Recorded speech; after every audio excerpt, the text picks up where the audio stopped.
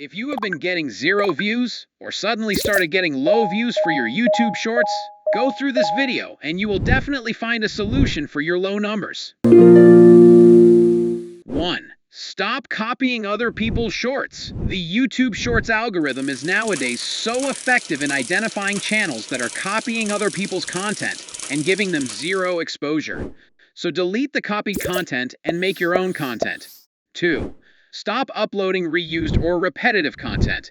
If you have started uploading shorts that are pretty similar, or shorts that contain content that is all over the web, the algorithm is treating them as spam and burying them.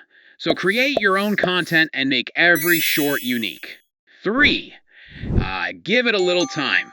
If you are uploading on a new account, or on an account that has been inactive, you may experience 0 to very low numbers for your YouTube Shorts.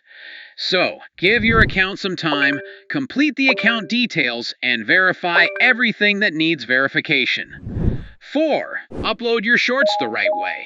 Get your shorts in the vertical format and upload them through the YouTube app. And for every short, add a title with the shorts hashtag, description, tags, and other details that are necessary.